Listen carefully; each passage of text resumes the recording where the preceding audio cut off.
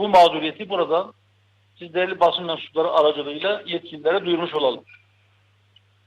Bir diğer husus, biliyorsunuz Gürcistan'a, Naşivan'a, Bulgaristan'a kimlikle geçiş, Kuzey Kıbrıs Türk Cumhuriyeti'ne kimlikle geçiş mümkün. Ama bir sınır kenti olan Ağrı'dan komşu İran'a geçmek için mutlaka pasaport ibrazı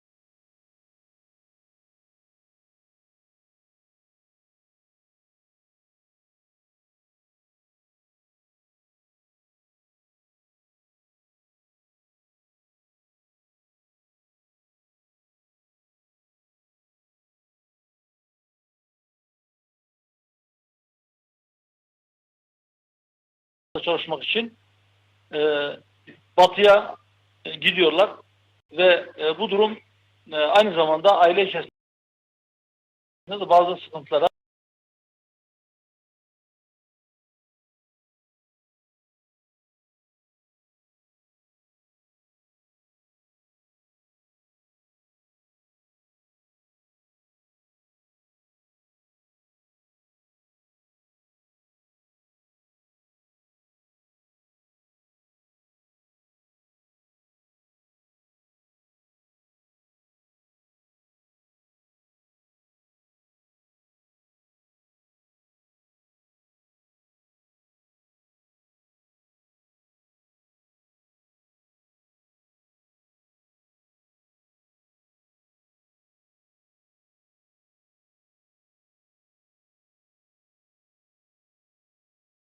yurt dışına gitmesi durumunda korkarım Avrupa'nın yaşadığı nüfusun yaşlanması, çalışabilecek nüfusun ciddi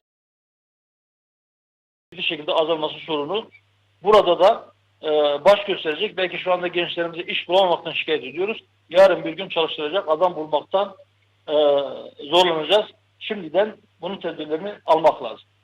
Yine tüylerimizi diken diken eden hususlardan bir tanesi, bu bölgede özellikle uyuşturucu madde bağımlısı gençlerimizin sayısındaki artış.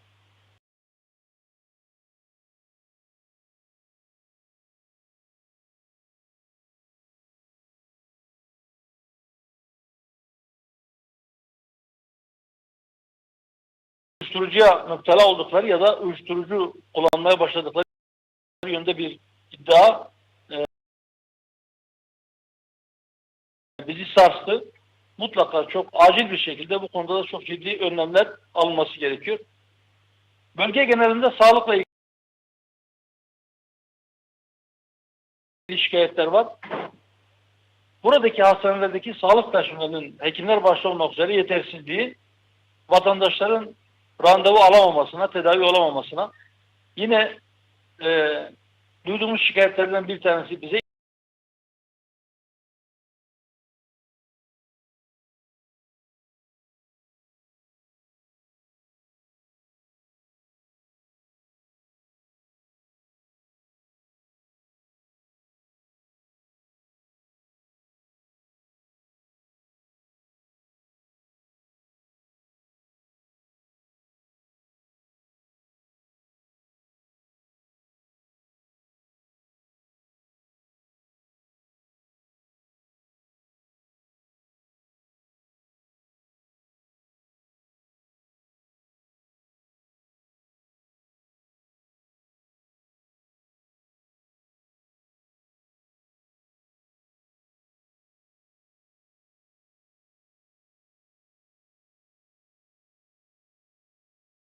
Ağrı'daki seferleri ciddi sayıda azalmış durumda. Özellikle yaz mevsimlerinde, turizm sezonunda turizm merkezlerine yapılan sefer sayılarını artırabilmek için bu bölgelere uçan uçakların sayısı azalıyor ve bilet bulamama ya da çok astronomik rakamlarla ancak gitmek mümkün olabilir. Bu hususta vatandaşın şikayetini çokça dinledik. Onlara tercüman olmak adına buradan onu da dile getirmiş olalım. Yine özellikle Ağrı'da hırsızlık olaylarının çokça arttığından şikayetler dinledik. Bu da belki işsizliğin sonuçlarından bir tanesi, bir yönüyle belki maneviyatsızlığın sonuçlarından bir tanesi ama çarşı esnafının kendi aralarında bir araya gelerek bekçilik yapacak elemanlar tutması durumun varmış olduğu boyutu göstermesi açısından kaydedilmesi gereken hususlardan bir tanesi. Deli basın mensupları ülke gündemindeki konulardan bir tanesi dedi ki en yoğun olarak hemen her bölgede ortak hususlardan bir tanesi hayat pahalılığı ve temel ihtiyaç maddelerine erişim zorunluluğu. Merkez Bankası verilerine göre geçtiğimiz Haziran ayı itibariyle cari açık son 15 ayın zirvesine çıktı. Hükümet yeni bir ekonomi modeli açıklamıştı. Daha çok üretim, daha çok istihdam, daha çok ihracat. Bu yeni ekonomi modelinin anahtar kelimeleriydi. Fakat ihracat evet artıyor ama ithalat daha fazla arttığı için cari açıkta maalesef artmaya devam ediyor. Dolayısıyla ihracatı artırarak yeterince döviz girdisi sağlanınca döviz fiyatları da aşağı inecek diye bir hesap vardı, bir plan vardı. Ama maalesef ithalatın aşırı derece artması dövize olan ihtiyacı da artırıyor ve bu nedenle cari açık arttığı için Türk lirasının döviz karşısında, yabancı paralar karşısında değer kaybetmesi de devam ediyor. Bu nedenle hız kesmeyen bu döviz fiyatları dolayısıyla yeni tedbirler alınması artık zorunlu hale gelmiştir. Bu cari denge tutturulamadığı için enflasyon da artmaya devam ediyor. Neredeyse her gün özellikle gıda maddelerine zam geliyor. Başta gıda maddeleri olmak üzere temel tüketim maddelerinde eğer gerçekten esaslı bir indirim olması isteniyorsa mutlaka bunların üretim maliyetlerinin aşağıya çekilmesi için tedbirler olması lazım. Türkiye'deki enflasyon talep enflasyonundan ziyade maliyet enflasyonudur. Üreticiler daha yüksek fiyatlara, her geçen gün daha yüksek fiyatlara mal ettikleri ürünlerin fiyatlarını artırmak zorunda kalmaktadırlar. Esnafın maliyetleri, gerek işçilik maliyetleri, çalıştıkları elemanların maaşlarındaki artışlar, gerek kira ve elektrik başta olmak üzere diğer giderleri arttığı için onlar da kar marjlarını biraz daha artırmak zorunda kalmaktadırlar ve bu da doğal olarak fiyat artışı şeklinde vatandaşa yansımaktadır. Hayat pahalılığını her gün biraz daha üst noktalara taşımaktadır. Sadece belli ürünlerin fiyatlarını aşağıya çekmek için tarım kredi kooperatiflerinin devreye sokulması yetmeyecektir. Yapılması gereken bize göre girdi maliyetlerini, girdi fiyatlarını aşağıya çekmek suretiyle üretim maliyetlerini aşağıya çekmek, bu şekilde pahalılığın önüne geçmek. İkinci sırada maneviyatsızlık geldiğini söyledik ülke gündeminde. Geçtiğimiz hafta Kahramanmaraş'ta bir genç annesini, babasını, iki kardeşini öldürdükten sonra kendisi de aynı silahla intihar etti. Babasının silahıyla bütün bu cinayetleri işledi. Sonra da kendi canına kıydı. Bundan birkaç gün önce de Diyarbakır'da başka bir gencimiz, Türkiye'nin sayılı iyi üniversitelerinden birinde okuyan bu gencimiz annesini sırtından vurduktan sonra kendi canına da kıydı. Bu iki olay toplumun manevi olarak ya da psikolojik olarak gelmiş olduğu boyutu çok çarpıcı bir şekilde gözlerimizin önüne seriyor. 100 yıldır ülkemizde batılılaşma adına uygulanan toplum mühendisliğiyle vardığımız nokta bu olmuştur.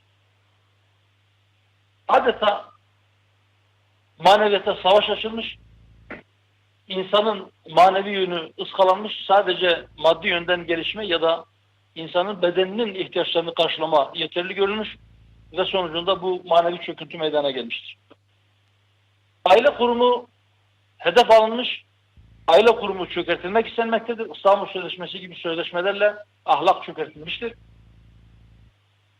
Boşanma olaylarında patlamalar olmuştur. Evlilik yaşı ileriye gitmektedir. Adeta boşanmalar teşvik edilmektedir. Parçalanmış ailelerin içerisinde huzursuz insanlar toplumu haline geldik ve bu huzursuzluk, bu sinirlilik, bu öfke hali, bu cinnet hali maalesef her gün daha fazla sayıda acı olayların haberlerini almamıza yol açmıştır. Bu maneviyatsızlığın üzerine işsizlik, geçim darlığı ve gelir dağılımındaki adaletsizlikler, toplumdaki diğer sosyal adaletsizlikler üzerine uyuşturucu madde bağımlılığı da eklenince gerçekten artık sokaklar memleketimizde tehlikeli bir hal almaya başlamış. Hatta aile ortamında bile insanlar güvende olamayacak bir duruma gelmiştir. Bu konuda biz bütün kamuoyuna bu hususta daha fazla duyarlı olmaya, bu mesele biraz daha kafa yormaya, tehlikenin vardığı boyutlarının farkına varmaya davet ediyoruz. Hükümete de, yetkilileri de bu konuda ciddi adımlar atmaya, eğitim programlarında ahlak ve maneviyatla ilgili, insan yetiştirme ile ilgili hususlara daha fazla ağırlık vermeye davet ediyoruz hükümeti. Ciddi adımlar atılmazsa eğer toplumsal çöküş bunun arkasından gelecektir. Rabbim o duruma düşmekten bütün memleketimizi, milletimizi muhafaza buyursun inşallah. Bugün KPSS sonuçları açıklandı. YKS sonuçları YÖK tarafından açıklanan rakamlara göre kontenjanların %99'u dolmuş durumda. Öğrencilerin 2 milyona yakını hiçbir yere yerleşemedi ama mevcut kontenjanlar neredeyse doldu.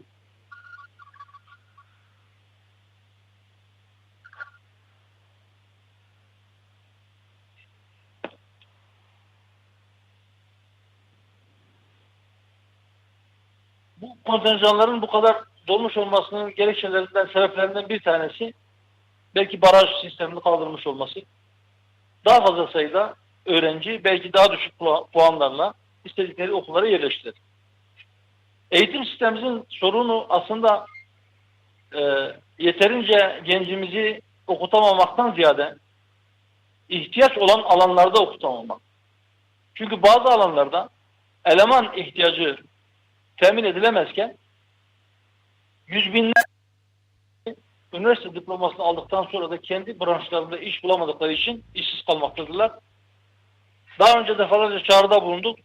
Bu sınavların sonuçlarının açıklanmış olması vesilesiyle bir kez daha söyleyelim ki mutlaka eğitim çok iyi bir şekilde planlanmalı ki üniversiteyi bitirmiş olan gençlerimizin emekleri heba olmasın.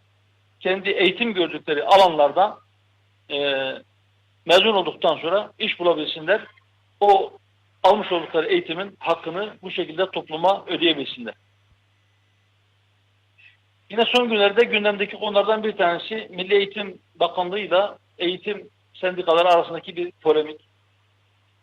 Takip etmişsinizdir. Öğretmenlerle ilgili kariyer basamakları getirildi. Uzman öğretmen ve baş öğretmenlik için sınav yapılacağı açıklandı. Bazı itirazlar üzerine Milli Eğitim Bakanı açıklamalarda bulundu. Sınavların eğitim sendikalarının bastırması sonucu yapıldığını, eğitim sendikalarının bu konuda ciddi bir talepleri olduğunu söyledi. Hemen akabinde jet hızıyla eğitim sendikalarının bazılarından buna cevaplar geldi. Bizim böyle bir talebimiz yoktur diye.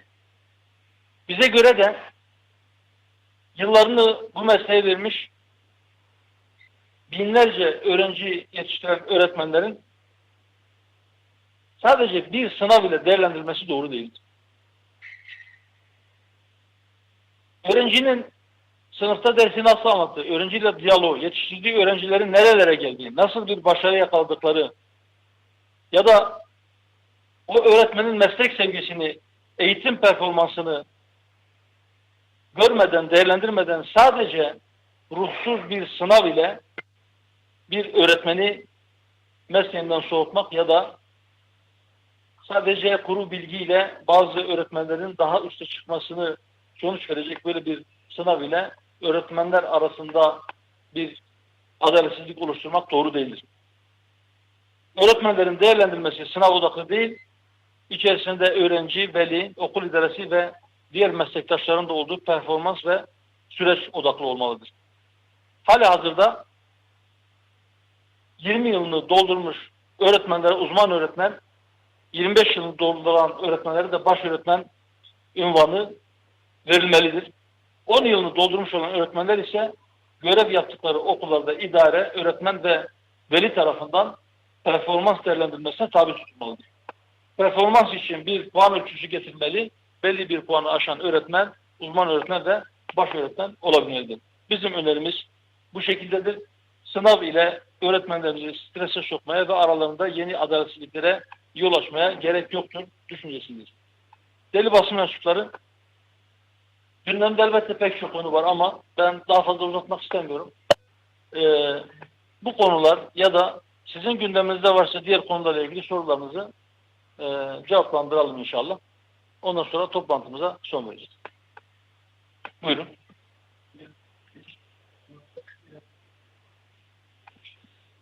İsminizi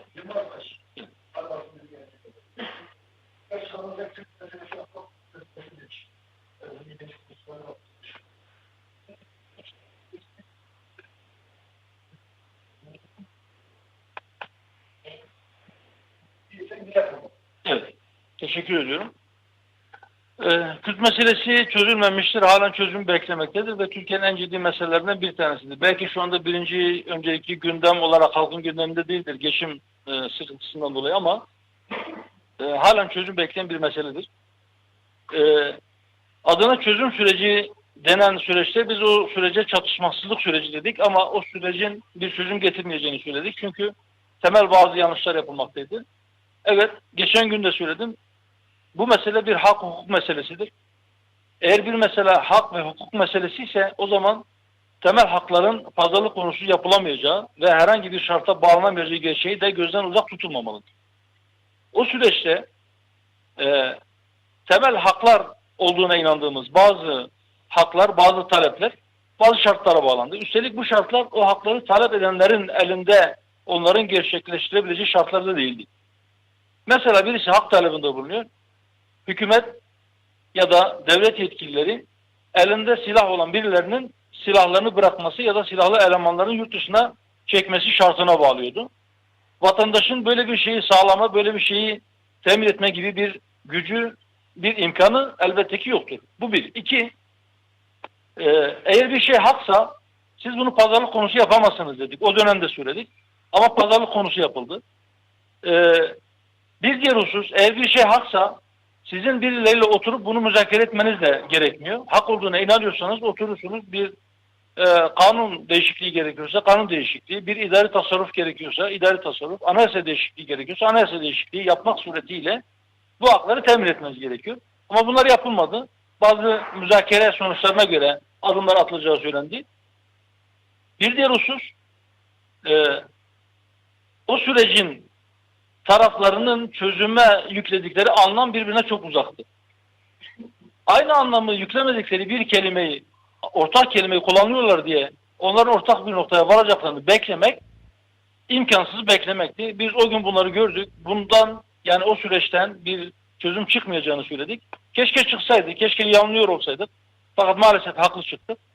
Bugün de eğer benzer bir süreç başlatılacaksa, aynı hatalar tekrar edilecekse, aynı yoldan gidilirse aynı sonuca varılır. Eğer sonu gerçekten çözülmek isteniyorsa önce samimi bir irade gerekir. Bir samimiyet gerekir. Sonra da doğru bir usul, doğru bir yön, doğru bir yöntem gerekir. Bunlar olursa elbette bu mesele çözülebilir. Kardeşlik sadece lafla olmaz, sadece edebiyat yapılmakla olmaz. Kardeşliğin hukuku yerine getirilirse ben inanıyorum ki halk da o samimi niyeti görürse çok kısa bir sürede bu iş çözüm yoluna girer. Elbette zaman alacaktır bütün sorunların çözülmesi ama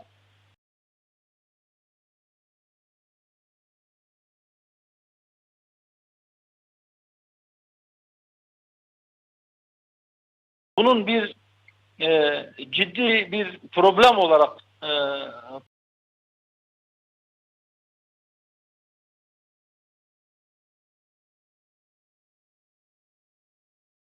kalması en azından artık bir boyut değiştirecek.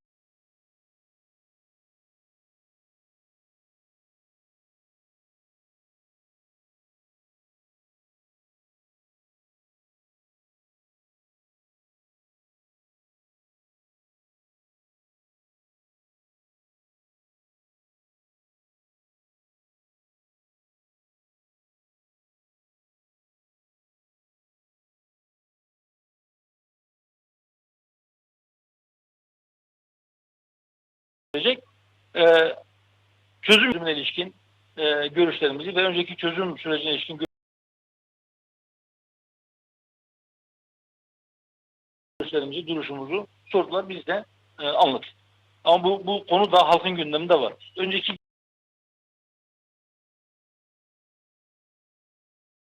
Birinci öncelikli gündem ya da ikinci sırada olmasa bile var.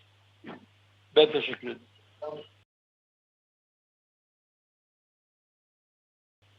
Buyurun.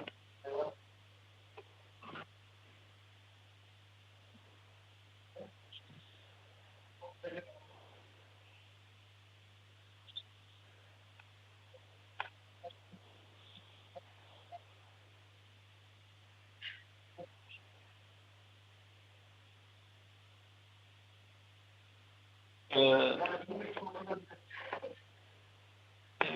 Şimdi birinci sorunuz ittifakla ilgili. Seçimde Hüdapar herhangi bir ittifakta yer alacak mı? Mümkündür. Alabilir. Ama mutlaka bir ittifakta yer alacaktır demek doğru değildir. E, Mevcut sistem siyasi partileri ittifaklara zorluyor. İki türlü zorluyor. Birincisi Cumhurbaşkanlığı hükümet sistemi ya da halk arasındaki tabiriyle başkanlık sistemi dolayısıyla. Çünkü Cumhurbaşkanı adayının seçilebilmesi için geçerli oyların yarısından fazlasını alması gerekiyor. Bugünkü şartlar altında hiçbir partinin kendi adayını tek başına kendi oylarıyla oyların yarısından fazlasını almak suretiyle seçtirmesi imkan dahilinde görünmüyor. Bu nedenle Cumhurbaşkanı adayı çıkaracak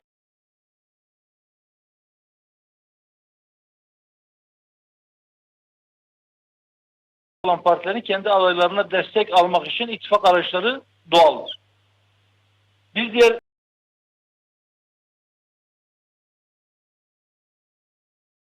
sebep seçim barajı. Seçim barajı dolayısıyla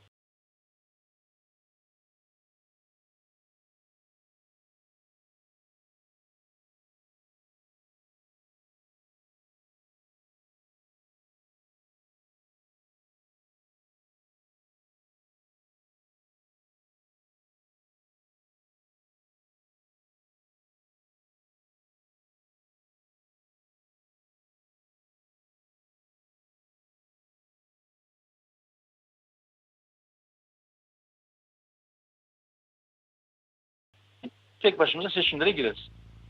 Cumhurbaşkanlığı seçimiyle ilgili eğer ikinci tura kalırsa, ikinci tura kalma ihtimali var mı? Evet var. Yüksek bir ihtimaldir. Ee, ikinci tura kalırsa eğer, ikinci tura kalan adaylara göre bir değerlendirme yaparız. Şu anda kimlerin aday olacağı bile net değilken, şimdi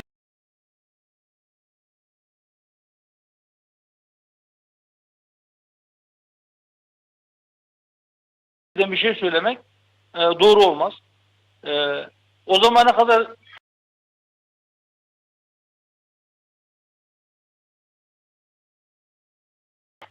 kim hayatta kalacak, kim aday olacak, kimin adaylığı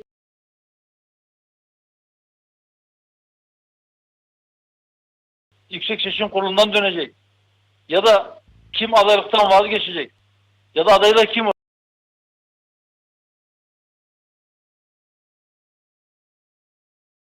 olacak bunu görmeden ihtimaller üzerinde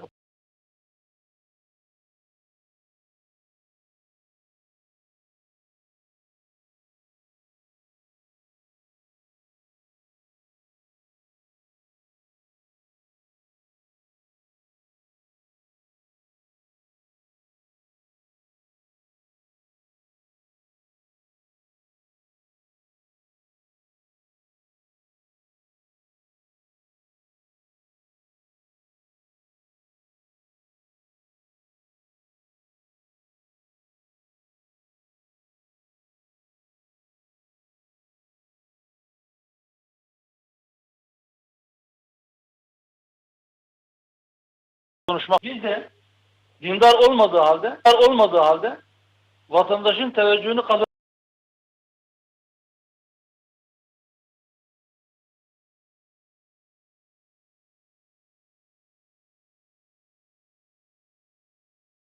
için dindar gibi görünenlere dinci diyoruz. Biz dinci değiliz.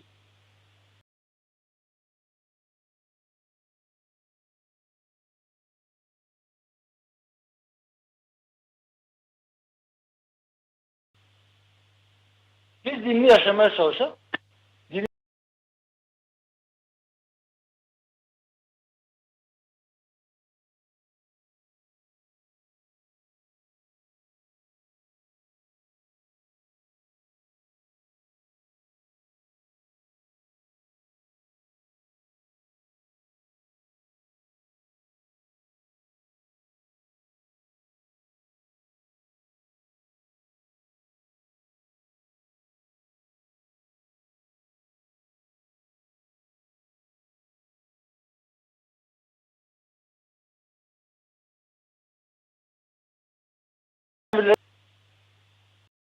güneşten korkan yarasalar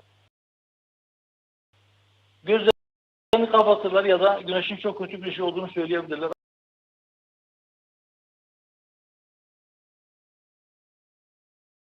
Ama inşallah Hüdapar'ın güneşi halkı ısıttıkça, memleketi ısıttıkça, Hüdapar tanıdıkça bu kara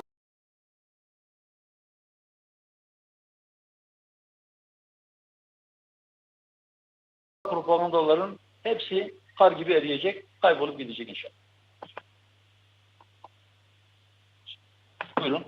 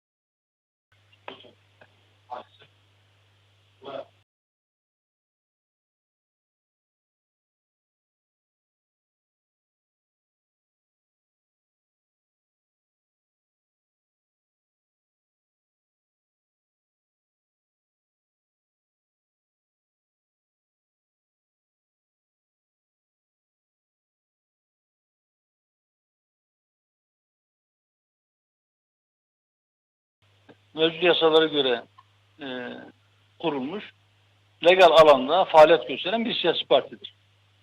Bu da bir başkasının adına konuşmayı, bir başkasının sözcülüğünü yapmayı ya da onunla ilgili yorum yapmayı doğru görmez. Eğer bir başkasıyla ilgili merak eden bir husus varsa, bugün iletişim çok ileri düzeydedir.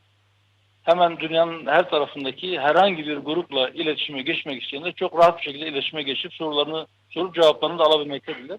Dolayısıyla başkasına sorulması gereken bir soruyu bizim cevaplandırmamız doğru olmaz. Onu söyleyeyim. Biz siyaset yapıyoruz. Ve biz meşru bir hedefe kilitlenmişiz. Biz diyoruz ki bu memleket, bu memleketin inancına, tarihine, örfüne uygun bir şekilde idare edilmeli. Sizin de biraz önce söylediğiniz gibi 100 yıllık bir serüvende, hatta 200 yıllık bir serüvende belki batıya yönelişin sonucunda 100 yıl kadar önce baştan başa değişen bir hukuk sistemiyle karşı karşıya kaldık. Bu hukuk sisteminden dolayı bazıları da Türkiye Cumhuriyeti vatandaşlarının tanımını yaparken şöyle bir tanımda bulundular. Dediler ki tabi kanunlara göre doğan, İsviçre medeni hukukuna göre evlenen, Alman usul hukukuna göre yargılanan, Fransız idare hukukuna göre idare edilen, İtalyan ceza kanununa göre cezalandırılan ve İslam hukukuna göre gömülen kişiye Türkiye vatandaşı denir. Ya da Türk vatandaşı denir. Yani defin ve tekfin işlemleri hariç bütün işlemler Batı hukukuna göre yapıldı. Batı hukuku bizi bir noktaya getirdi. Biz bu hukuktan şikayetçiyiz. Biz bu uygulamalardan şikayetçiyiz. Biraz önce söyledim, eğitim sisteminde batıcı model bizim maneviyatımızı çökertti. Toplumu birbirine bağlayan bağlar gevşedi ve belki en son kale olan aile de şu anda çatırdı. Biz bundan şikayetçiyiz. Bunları siyaseten düzeltmek için siyasi yollarla mücadele ediyoruz. Ve inşallah bu konuda Hüdapar olarak yola çıktığımız ilk anda, o ilk günlerde yapmış olduğumuz ilk basın toplantısında söylediğim şeylerden bir tanesi şuydu. Hüdapar yeni bir kurulmuş, üye sayısı çok olmayan bir parti olabilir ama inşallah Hüdapar'ın siyasette özgür ağırlığı çok olacaktır. Bu özgür ağırlık da hissedilmeye başlanmıştır. İstanbul Sözleşmesi'nin yürürlükten kalkması, oradan imzanın çekilmesinde Hüdapar'ın vermiş olduğu mücadelenin ciddi bir payı vardır.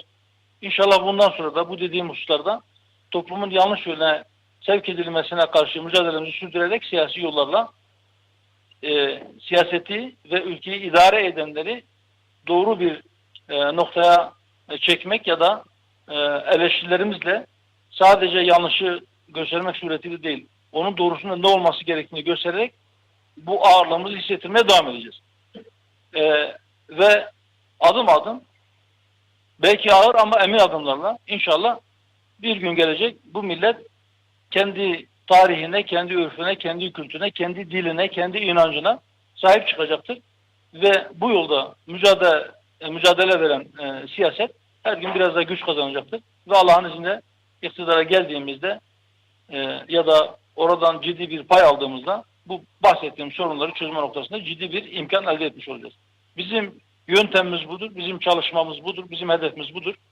Başkaları başka yöntemlerle, kendi bildikleri yöntemlerle çalışırlar. O onların bileceği iştir. O soruların da onlar tarafından cevaplandırılması daha doğru. Teşekkür ediyorum. Buyurun.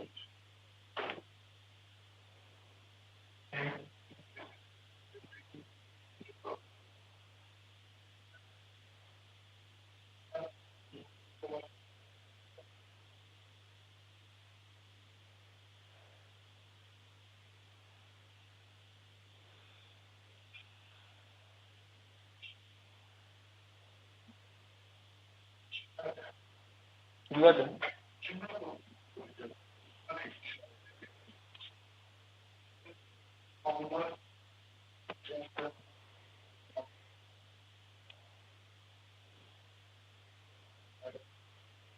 Ben almakta zorlanıyorum. Biraz sesinizi yükseltir misin? Evet.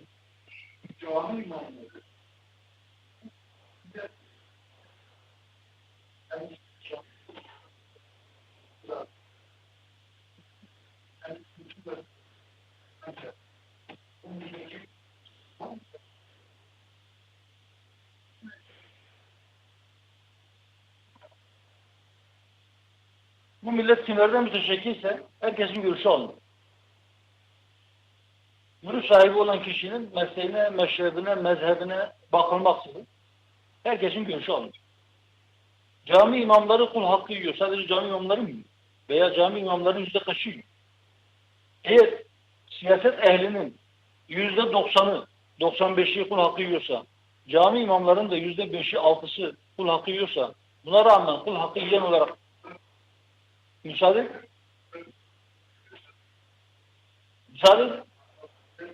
Ben sorunuzu dinledim, size de cevabı ne? Ben geleceğim. Şimdi bakın, yani cami imamları kul hakkı yiyor demek, cami imamları kul hakkı yemiyor da demek doğru bir şey değil. Neden doğru bir şey değil? Çünkü şu anda Müslüman olan ama İslam'dan uzaklaşmış, biraz önce verdiğim örnek onu söylüyor. İslam'dan adım adım, parça parça uzaklaştırmış bir toplumun içerisinde yaşıyor. İslam bizim hayatımızın hangi alanına yön veriyor? Hiçbir yönde. O zaman neden biz kul hakkı diye İslam bir tabir kullanıyoruz? Şimdi İslam'ın mesul olmadığı, müsaade edin. İslam'ın mesul olmadığı, sorumlu olmadığı bazı sorunları sanki İslam'dan kaynaklanmış gibi bir algı oluşturmak ya da öyle bir algıya kapılmak doğru değil.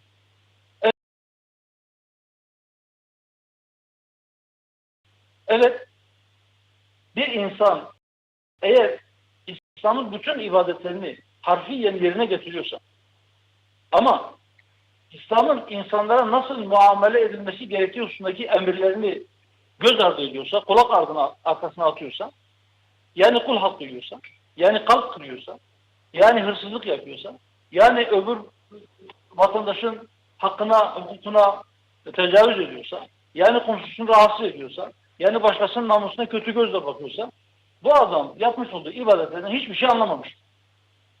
Bu adam İslam'dan nasibini de almamıştır. Elbette İslam sadece ibadetler malzumesi değildir.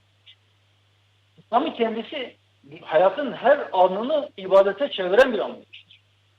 Her an Allah tarafından görüldüğünü, her ne yaparsa, nerede olursa olsun Allah tarafından görüldüğünü, takip edildiğini ve yaptığı her hareketin mutlaka hesabını vereceği bilincini verir insan İslam. İslam budur. İslam sadece ibadet değildir. İslam itikattır. İslam ibadettir. İslam ahlaktır. İslam insanların birbirleriyle muamelesidir. Eğer birileri ben İslamcıyım diyorsa ya da ben Müslümanlara önderlik yapacağım, yol göstereceğim, imamlık yapacağım, yer alacağım diyorsa ama İslam'ın ahlak boyutunu ıskalamışsa şuna bakmasın. O kişinin kendi Müslümanlığını bir sorgulasın. Nasıl bir Müslümanlık değil? Bu ister imam olsun, ister müftü olsun, ister Diyanet İşleri Başkanı olsun, ister Şeyhülislam olsun. Hiç fark etmez. Neticede beşer eğer nefsini bırakırsa, salıverirse o nefis kötüye meyaldır. O nefis günah işlemeye meyillidir. O nefis aç gözlüdür. Ama eğer nefis eğitilirse, eğer nefis temizlenirse insan o zaman kurtulur. İslam da o nefsin temizlenmesini ister. Bu sadece imamlardan istenen bir şey değil. Bu esnaftan istenen bir şeydir. Bu işçiden istenen bir şeydir. Bu öğrenciden istenen bir şeydir. Bu işsizden istenen bir şeydir. Bu ev hanımından istenen bir şeydir. Bu öğrenciden istenen. Kısacası bu insan olan herkesten istenen bir şeydir. Allah-u Teala nefislerini ben yarattım. Ona iyiliği de kötülüğü de yani iyi yolun kötü yolun ne olduğunu da biz öğrettik gösterdik diyor. Ve nefsini temizleyen kurtuluşa ermiştir. Onun isteklerinin peşinden giden de her akıllı gitmiştir. Kim olursa olsun. Dolayısıyla bu cami imamlarıyla ilgili meseleyi ben bu şekilde izah ettikten sonra İslam'da bir de ruhban sınıfı yoktur. Din adamları sınıfı yoktur. Her Müslüman kendi dinini yaşayabilecek kadar ilim öğrenmek zorundadır. Kiminle işgal edecek? Herkesle işgal edecek. Fikri olan herkes. Görüşü olan herkes. Bir de şu inançtayız. Eğer toplum İslam'ın kendi hayatına yön vermesi gibi bir noktaya gelmezse siz İslam'ın kurallarıyla o toplumu idare edemezsiniz. İslam toplumu kendi hukukunu olur. İslam tepeden inmeci değildir. İslam tepeden inme Jacoben yöntemlerle kendi hukukunu insanlara dayatıp siz böyle hareket edeceksiniz demiyor. İnsanları hidayete, doğru yola, merhamete, ahlaklı olmaya davet ediyor. O İslam toplumu oluştuktan sonra da İslam'ın hukuku orada cari olur. Teşekkür ederim.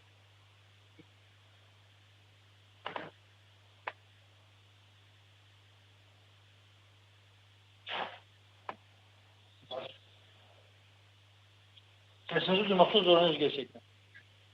Evet.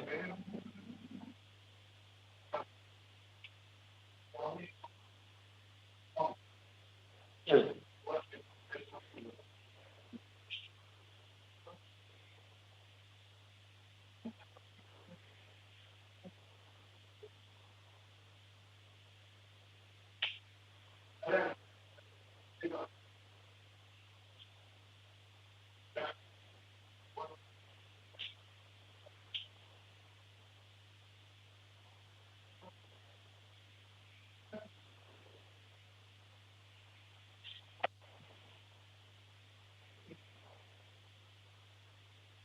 1856 saat fermanı.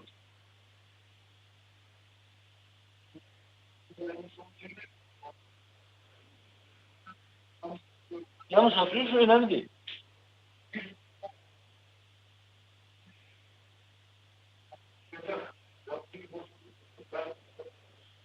Söyledim işte. Sizin sorunun cevabını az önce verdim.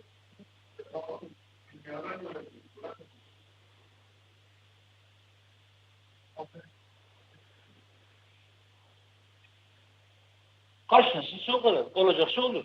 Biz çalışırız. Biz uğraşırız.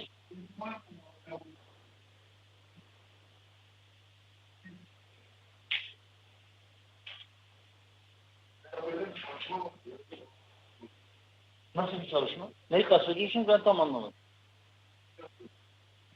Siz kiminle işaret edeceksiniz diyorsunuz. Bize diyoruz ki halkın her kesiminde işaret edecek.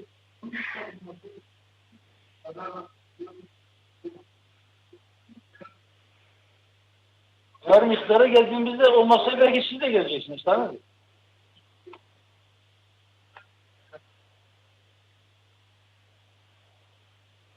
Evet. Tamam, şimdi bunu şu anda sordunuz. Önceki soruların cevabını verdik. Elbette şu anda bizim parti içinde de bizim istişare mekanizmalarımız var. Çalışıyor. Sadece parti içi istişare mekanizmalarımız değil. Memleketin genelini ilgilendiren meselelerde biz çok farklı kesimlerle oturup ciddi gidip istişare ediyoruz, görüşemiyoruz. Hatta şunu söyleyeyim. 6 gündür buradayız. Gittiğimiz yerlerde köylülerle bile oturduğumuzda, yani o köylü vatandaşlarla bile oturduğumuzda, bu köylüleri küçümsemek anlamında söylemiyorum. Yani bulunduğumuz her ortamda biz onlara söylüyoruz. Biz diyoruz ki biz size nutuk çekmeye gelmedik. Biz sizi dinlemeye geldik. Hangi konularda? Sıkıntılarınız varsa söyleyin. Sıkıntılarınızın çözümü için size tercüman olalım. Tabiri caizse sizin avukatınızı yapalım. Sizin adınıza bu sorunların çözümünü tartışmış olalım. 2. Memleket meselelerinin çözümüne dair görüşlerimiz var. Onları söyleyin, not edelim. Sizin görüşlerinizden de istifade edelim. Bizim bakış açımız, bakış alanımız, gördüğümüz alan genişlesin. İstifade edelim bundan. Bunu herkesten söylüyor. Şu anda bile yapıyoruz. Emin olabilirsiniz. İktidara geldiğimizde de toplumun her kesimiyle. Ama her kesimiyle. Mutlaka onların sorunlarının ne olduğu veya o sorunların çözümü konusunda nasıl öneriler getirdiklerini dinleyeceğiz. Müminin bir özelliği şudur. Tamam. Sözün tamamını dinler, herkesin sözünü dinler, en güzeline tabi olur. Biz de öyle yapıyoruz. Eyvallah. Ben teşekkür ederim. Buyurun. Soru sormayan arkadaşlar varsa onlara da söz verelim. Hakka geçmemek adına. Buyurun.